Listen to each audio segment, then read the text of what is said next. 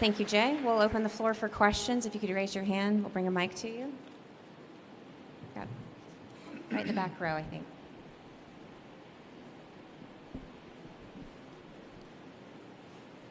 Jay, you talked about the potential broadcast changes coming in the fall to those events, to some of those events. We saw NASCAR announce some plans, I think last week, about some more commercial-free racing under green flag conditions. Is it fair to draw some parallels between those two, or do you foresee those changes being more on-screen during play? I'm sorry, I didn't hear the last part.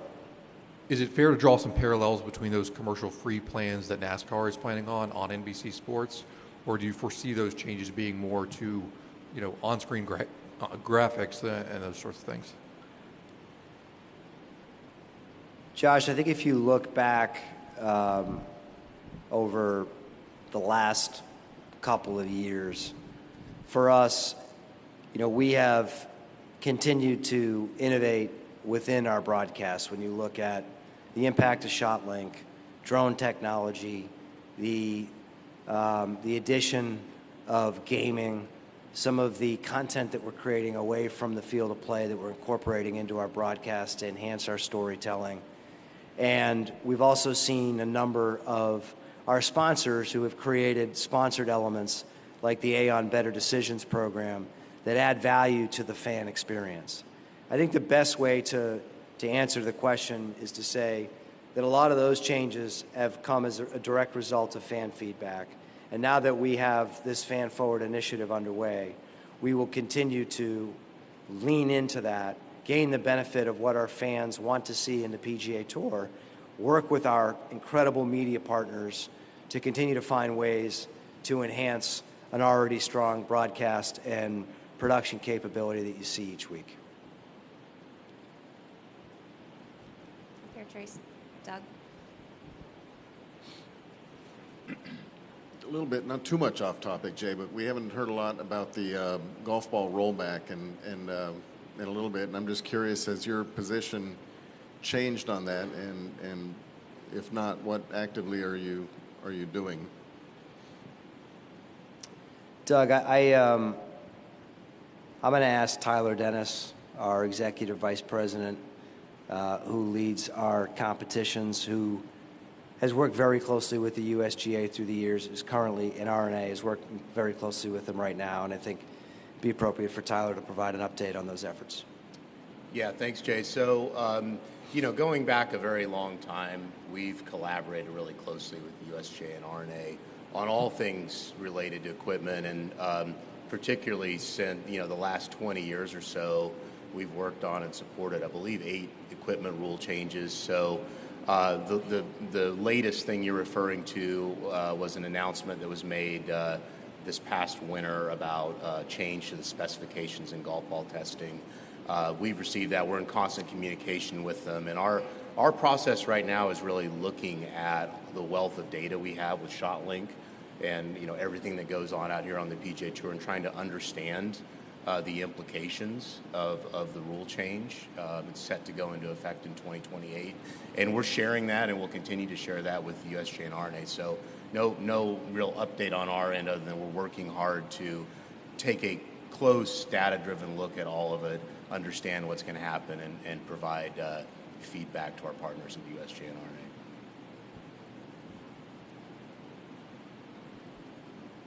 The only thing I'll add is I think it's important to note that a lot of the findings that are in that report, as Tyler said, are based on ShotLink data. We feel very strongly about the way our athletes are performing and the energy that's creating, not just on the PGA Tour, but across our sport. As he said, we will continue to work, collaboratively as partners. I think when I talk about the engagement and the alignment with our players, and when I say engagement, these are the topics that we're going to be leaning into and educating them, and really putting ourselves in a position where we can provide the best possible feedback and direction to the USGA and the RNA, and to have the ability now to, at this point in time, engage our fans in that discussion, not just about the PGA Tour, but there are elements of that fan forward initiative that touch the broader game, and we're excited to get that feedback and again be in a position where we can be stronger partners to the USGA and the R&A on that subject and others. Jay, when the 2025 schedule came out, it looks pretty similar to the 2024 schedule structurally after a couple of years of big-time changes. Should we expect that to remain pretty stable? Like, is this what the PGA Tour is going to look like in 2026, 2027? Will we see similar signature events in similar places and a similar kind of ratio of full field to signature events? Dylan, when you look at how the PGA Tour performed in 24, our first full year with signature events and the full field events, as I mentioned earlier, the signature events delivered, elite winners and elite competitions, as did the full field events, and we saw a 30% increase in strength of field at our full field events, and we saw players in many cases playing more events because of the competitive structure that we have in place. And so 2025 will be year two of this model. We're encouraged by what we've seen in 2024. I think the only fair way to answer that question is, it's our duty to the players and it's our duty to our fans to continue to, assess how we're performing. But we are proud to present that schedule for 2025, grateful to have the support of those partners, and I think the cadence works very well. So for fans, I would expect to see what you have in 25 largely on a go-forward basis. But we're always open to improving if there's opportunities to improve. Jay, I've heard you say you don't want to negotiate in the public, but I also hear a lot of fans saying this deal was supposed to be done with the PIF in December, end of year, and we're now in August, and we don't see much progress. One, how many times have you sat down face-to-face in the same room with them? And can you explain why it's taking so much longer than you originally thought? I appreciate the question, and I understand the question. And I think the best way for me to respond to that is when you look at where we are right now, we're in regular dialogue. We have the right people at the table with the right mindset. And I see that in all of these conversations, and that's both sides. And that's creates optimism about the future and our ability to come together. But at the same time, these conversations are complex. They're going to take time. They have taken time, and they will continue to take time. And as I sit here today, I think the most important thing for us and our obligations to our fans, our players, and our partners is to focus on what we control, which we're doing, as I outlined, and to continue to carry this momentum forward. But I'm not going to negotiate details in public or disclose details or specifics. But all I can say is that the conversations continue, and they're productive. Is there any deadline that you've agreed to? We have not agreed to a deadline. I don't think we want to restrict ourselves in that way. We want to achieve the best and right outcome at the right time. Pass the mic to Bob. Thank you. Jay, if I could just follow on that, are you concerned at all that maybe some of your partners, sponsors, TV partners might be reluctant to commit further while those negotiations, in other words, waiting to see where those negotiations go? Is there any concern that, hey, we don't want to commit any down the road until we know what that's going to look like? Or what kind of feedback have you had to that degree? Well, I see Andy Bissett shaking his head with a strong no. Listen, we're fortunate, Bob, to have, when you think about the media partners that we have and the length of partnership, to have the power of NBC and Golf Channel, CBS Sports, ESPN Plus, our international partners, and to have the portfolio of sponsors that we have, many of whom have been here for decades, who believe strongly in the competitive platform and fabric of the PGA Tour, but they also believe very strongly in their and our duty to make a positive impact in the communities where we're invited to play and in the charities that rest and sit in those communities. And so when I look at where we are in 25, as I said, we were really proud to announce that schedule and to have the support of our great partners, and we will continue to work very closely with all of them in 25 and beyond 25, with a focus on, continuing to innovate, continuing to drive this business forward together and collectively. Gabby. Over here. Looking over at LIV, there is a relegation system. There are players that have contracts coming up. The DP World Tour has pathways back for those players. Is the PGA Tour going to have a pathway back for LIV players with that kind of thing coming up around the corner? Is that a discussion right now? As I said earlier, and so we've announced our 2025 schedule. We're continuing to focus on what we control, moving forward with the great system that we have in place. And as it relates to any details of the conversations that we're having with the Public Investment Fund, I'm not going to disclose details. I'm not going to get into specifics. But I will tell you, when you look at what has happened on the PGA Tour over the last couple of years, to think about PGA Tour University, to now have 20 players that have access to the Korn Ferry Tour and the PGA Tour, to have these new and emerging stars, some of whom are still in college, like Luke Clanton, earning points and demonstrating to the world that they're coming and that they're capable of competing at the highest level, to the strength that we see at the Korn Ferry Tour, to the path that we have at the DP World Tour and our great alliance there, and those 10 players who've come this way, 3 of whom have made it into the FedEx Cup playoffs. The system that we have, which extends to the international tours around the world, is really performing at a very high level, and that's what we're excited about. Eamon? Jay, on the subject of your pathways, the Players Advisory Council had a meeting in Memphis to discuss eligibility in the future and potentially reducing the number of cards available to players. Do you expect to announce something formally by year's end so that guys know what they're playing for going into the 2025 season? Listen, I think the meeting in Memphis, Eamon, was a culmination of, a year's worth of work. And when you look at our Player Advisory Council, Jason Gore, Phil Marburger, Tyler, at the beginning of the year, we said, listen, what can we do to create more ownership and a higher level of engagement?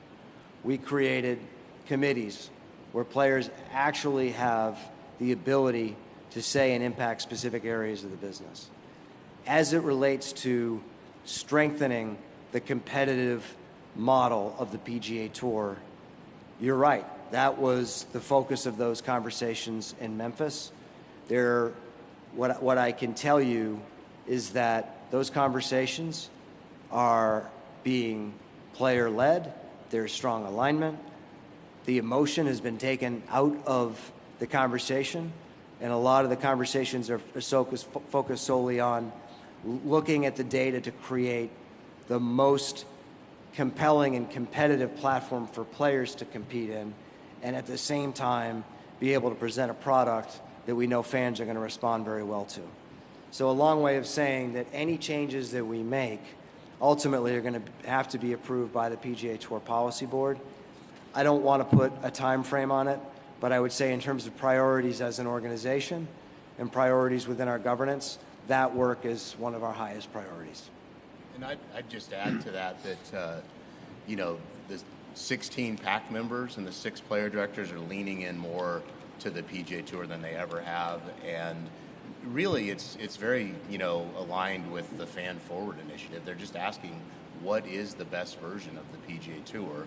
In this case, it's a little bit inside of our competitive system. What's the right number of players to put out on the course each week? What's the best version of our eligibility? So it's exciting, and there's no no decisions that have been made. It has to be approved by the board, but we're seeing an incredible effort and thought process by our elected governance systems. It's exciting stuff. I just add that for that meeting, you had all 6 player directors in attendance, and we had all 16 members of the Player Advisory Council. And the level of engagement, the level of discussion, the passion, it's just awesome to witness. And again, I think it ultimately, the beneficiary of that will be this organization, a stronger, even more competitive PGA Tour, but also our fans. Rex? Jay, you've talked a lot. You've talked a lot about the expertise of SSG in sports and business. Can you give me an example of how you've been able to leverage that expertise? Well, I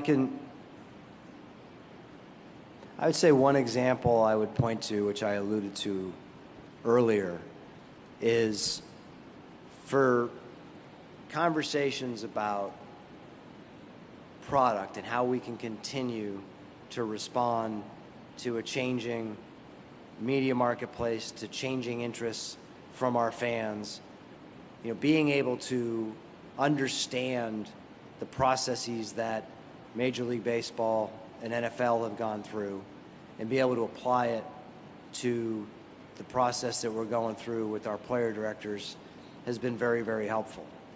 But I think in addition to that, when you've got the likes of John Henry and Sam Kennedy and Arthur Blank and Andy Cohen on our board, serving on committees, I'd say it's less about one thing.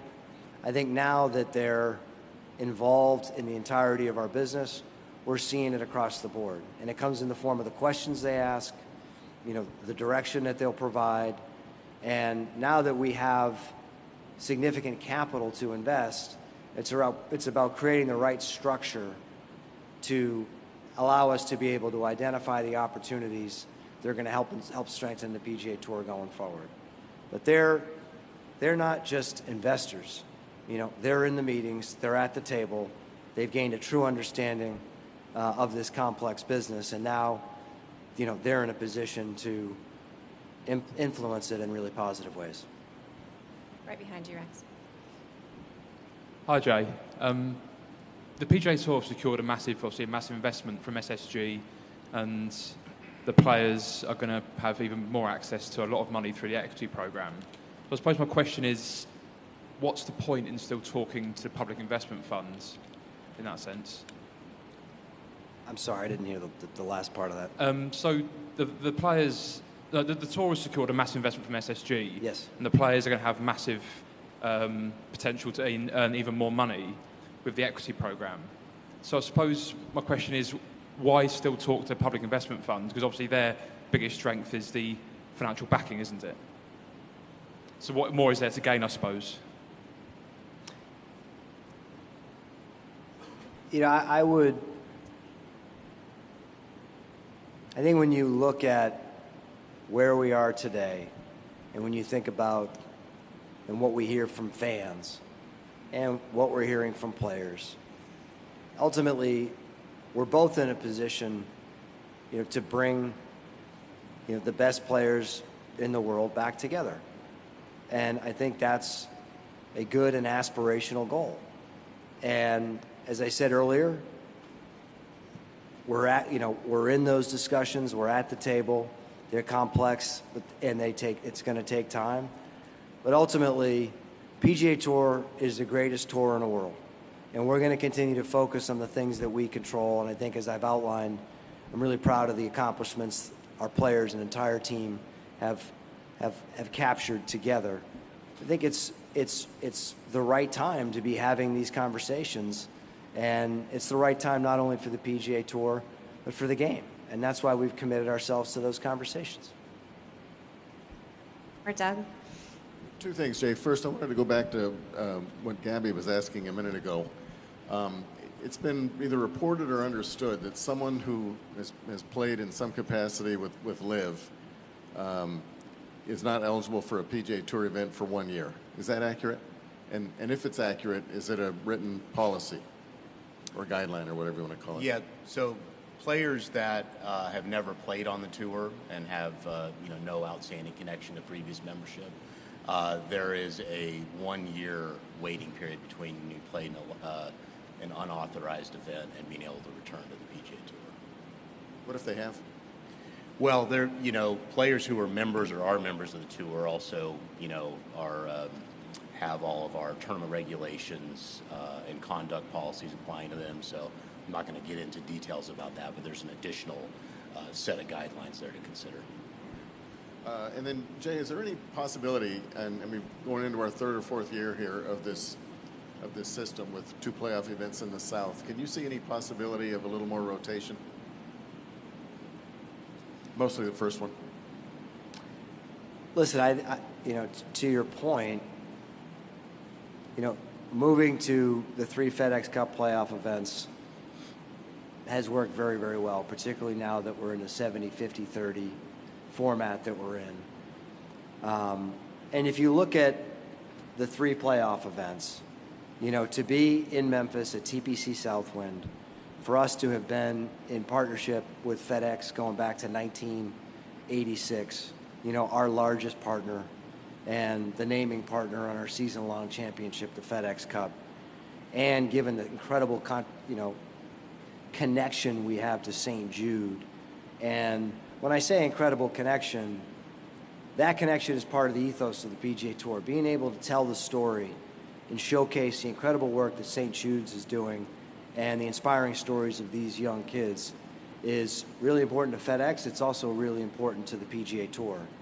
And, the event has produced some very dramatic finishes.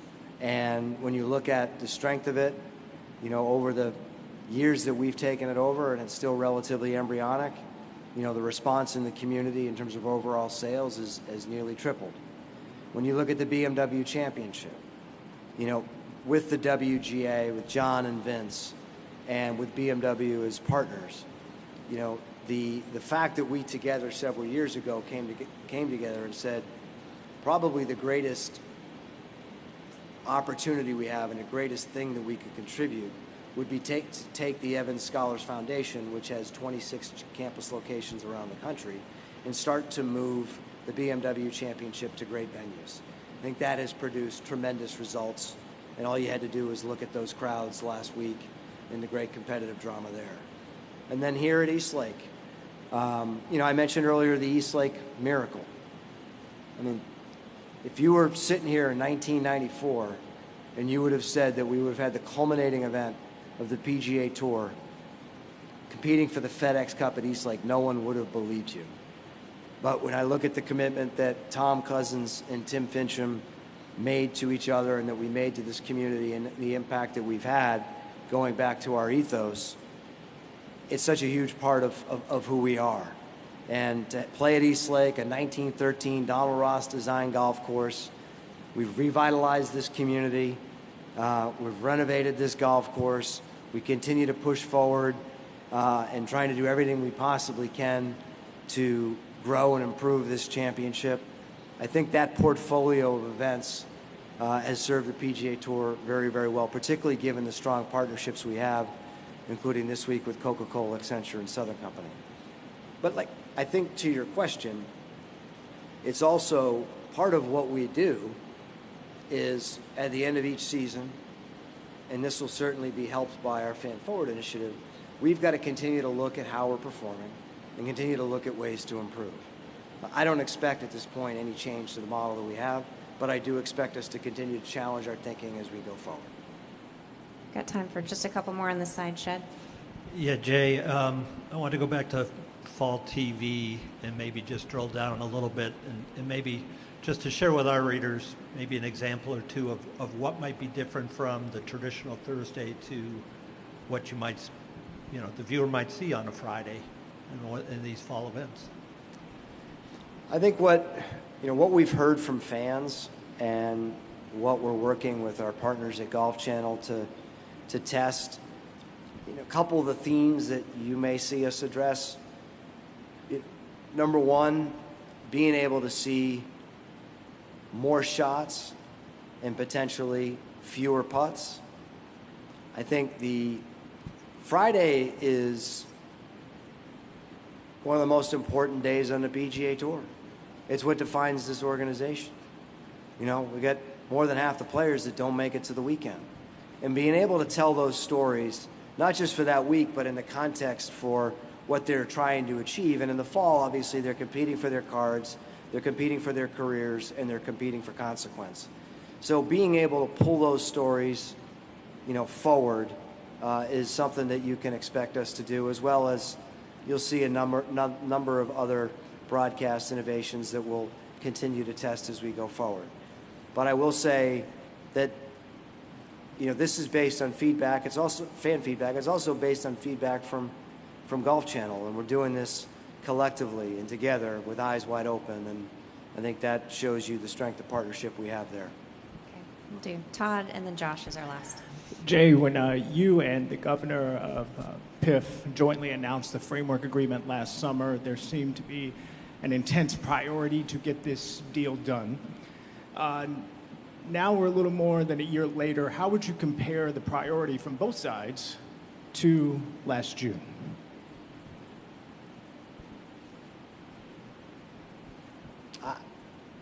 Todd, I would say that the priority probably it's been enhanced, is stronger. And that's a direct result of dialogue and conversation and really starting to talk about the future product vision and where we can take our sport. And I think when you get into productive conversations, that enhances the likelihood of positive outcomes, and that enhances the spirit of those very conversations. So I think that's where things stand. Last question, Josh. Yeah, Jay, I think a few minutes ago you mentioned that TV is still the primary way in which your fans watch your product. Last year, your ratings were up about 1%, and this year, I know the season's still got one event left, but on one of your network partners was down between 15 and 17%. So my question is, how have you reassured those network partners that everything's going to be okay, and this is just a blip on the radar? We work with our network partners, our media partners, every single day. That's what partners do. And I think when you look at 2024, it's important to note, and I'm going to note it, that overall consumption across our platforms in aggregate is up. And that's a really good sign for the PGA Tour and the engagement that we have with our fans. You know, as we do every single year, Josh, we're going to sit down, we're going to look at our entire season, we're going to look at what worked well, what didn't work as we had expected. Those are areas for improvement, and we're going to attack those areas of improvement. And when you couple that with the level of engagement we have with our players, when you couple that with the feedback that we're going to be gaining from our players, from our fans who fan forward, it puts us in a position to have really strong, actionable intelligence to be able to act upon. And I would also note that, you know, the media world is changing. And when you look at Nielsen, I mean, that's one of the inputs, but Nielsen itself is currently looking at its own system and will be announcing changes to its system. And when you look at reach of the PGA Tour, when that comes out, you're likely to see a double-digit increase in reach from the PGA Tour as they've been able to further dig into the intelligence that they are now capable of receiving through other partners. So there are a lot of elements and layers to the story, but I'm excited to spend the time with our partners and team and to lean into this and continue on the strong path that we're on. Great. Jay, Tyler, thank you for your time. Media, thank you for your time. Have a great week here at the Tour Championship. Thank you. Thanks, everyone.